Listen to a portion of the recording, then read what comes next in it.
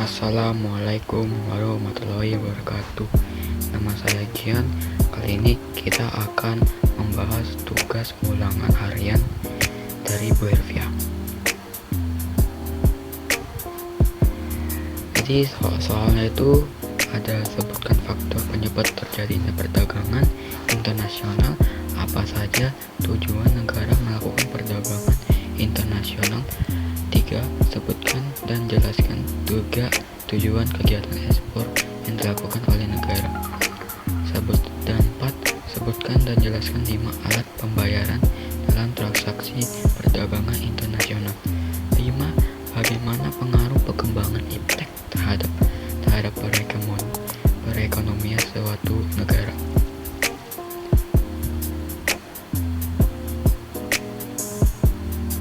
Jadi nomor 1 sebutkan faktor penyebab terjadinya perdagangan internasional. 1. Perbedaan sumber daya alam. Negara memiliki sumber daya yang berbeda-beda seperti minyak di Timur Tengah atau kopi di Brasil. Negara yang kekurangan suatu sumber daya alam mengimpor dari negara lain. 2. Perbedaan dari keahlian dari teknologi.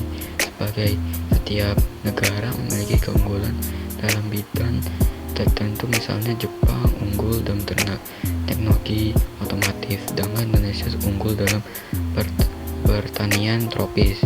3. Perbedaan biaya produksi.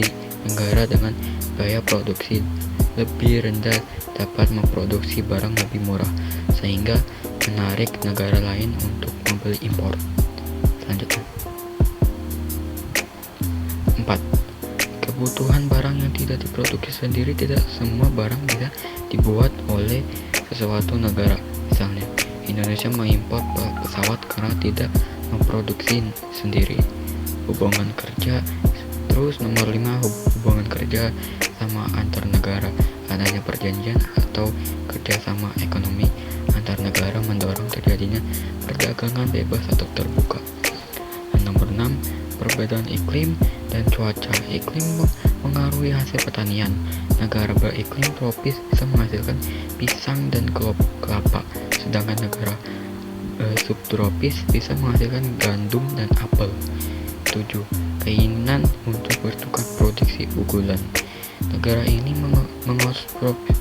mengekspor produksi unggulannya untuk mendapatkan keuntungan dan tukar dengan barang yang dibutuhkan. 2. Apa saja tujuan negara melakukan perdagangan internasional? 1.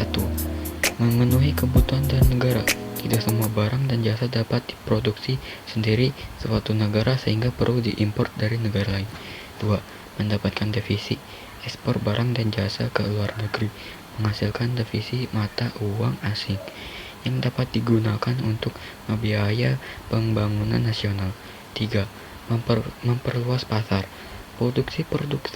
Produk-produk dalam negara dapat dijual ke negara sehingga produsen memilih pasar yang lebih luas dan meningkatkan pendapatan. 4. Meningkatkan pertumbuhan ekonomi. Perdagangan internasional mendorong produksi, investasi, berkontribusi pada pertumbuhan ekonomi. 5. Meningkatkan kualitas produksi dalam negara. Persaingan global memacu produsen dalam negara untuk meningkatkan kualitas barang dan efisiensi produksinya. 6. Transfer teknologi dan pengetahuan. Melalui perdagangan dan kerjasama internasional dengan negara bisa mendapatkan teknologi dan ilmu pengetahuan dari negara lain. 7. Menjaga stabilitas harga. Dengan impor, negara bisa menstabilkan harga barang tertentu saat terjadi kekurangan pasokan dan dalam negara. 8. Membangun hubungan diplomatik dan kerjasama antar negara. Perdagangan dapat memperkuat hubungan antar negara dan membuka peluang kerja sama di bidang lain seperti pendidikan, kesehatan, dan keamanan. Nomor 3. Sebutkan dan jelaskan 3 tujuan kegiatan ekspor yang dilakukan oleh negara. 1. menambah defisit negara. Ekspor menghasilkan pemasukan dalam bentuk mata uang asing defisit yang sangat penting untuk membiayai kebutuhan impor, membayar uang luar negeri, dan membiayai pembangunan nasional. Contoh, ketika Indonesia mengekspor minyak kelapa sawit, negara memperoleh dolar as yang bisa digunakan untuk membeli mesin dari luar negeri. Nomor 2. Memperluas pasar produk dalam negara dengan ekspor produk lokal bisa dijual ke pasar internasional, mengurangi ketergantungan pada pasar domestik dan memberi peluang industri lokal untuk tumbuh lebih besar. Contoh, produk batik atau kopi Indonesia yang dijual di Eropa dan Amerika membuka peluang industri kecil menengah untuk berkembang. 3. Meningkatkan pendapatan negara dan kesejahteraan rakyat.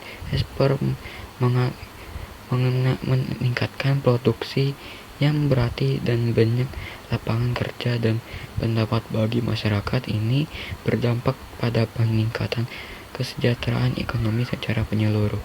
Contoh, semakin banyak perusahaan dan mengekspor hasil laut, maka nelayan dan pekerja di sektor perikanan juga semakin sejahtera.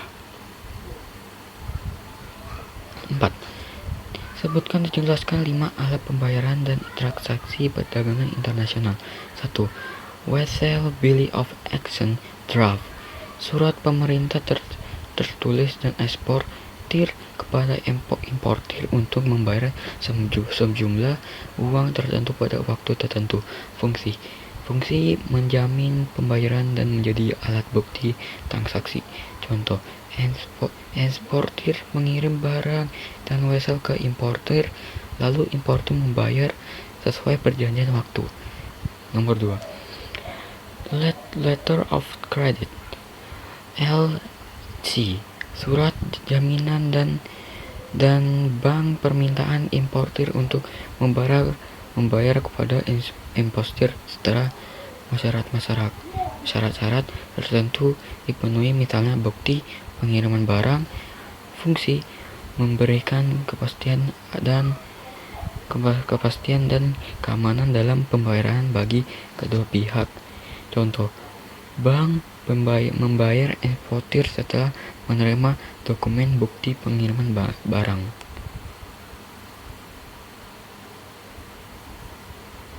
3. Telegraphic Transfer (TT), transfer telegrafis. Pembayaran dilakukan secara langsung melalui transfer antar bank internasional secara elektronik. Fungsi cepat dan mudah, sering digunakan untuk transaksi yang tidak terlalu rumit. Contoh, importir mentransfer uang ke rekening eksportir di negara lain lewat sistem bank online. Nomor 4. Cek international Chewed, cek yang digunakan dalam pembayaran antar negara dan diterbitkan oleh bank yang berkorporasi secara internasional. Fungsi digunakan untuk transaksi kecil atau pribadi. Contoh, pembayaran barang kiriman pribadi dari luar negeri. 5. Valuat asing (foreign exchange), mata uang asing digunakan sebagai alat pembayaran umumnya. Negara menggunakan USD, Euro, Yen, DII. Fungsi untuk menyamakan nilai tukar antar negara yang berbeda mata uang. Contoh, transaksi ekspor dibayar dengan dolar as lalu ditukar ke mata uang lokal.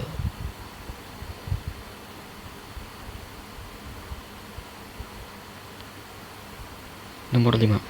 Bagaimana pengaruh perkembangan iptek terhadap perekonomian sesuatu negara? Perkembangan ilmu pengetahuan dan teknologi iptek memberikan pengaruh signifikan terhadap perekonomian suatu negara, baik positif maupun negatif. Secara umum, iptek dapat mendorong pertumbuhan ekonomi melalui peningkatan produktivitas, efisiensi, dan inovasi serta menciptakan lapangan kerja baru. Namun, kemajuan iptek juga dapat menimbulkan dampak negatif seperti meningkatkan pengangguran karena otomatisasi, kesenjangan sosial, dan dominasi ekonomi oleh pihak asing.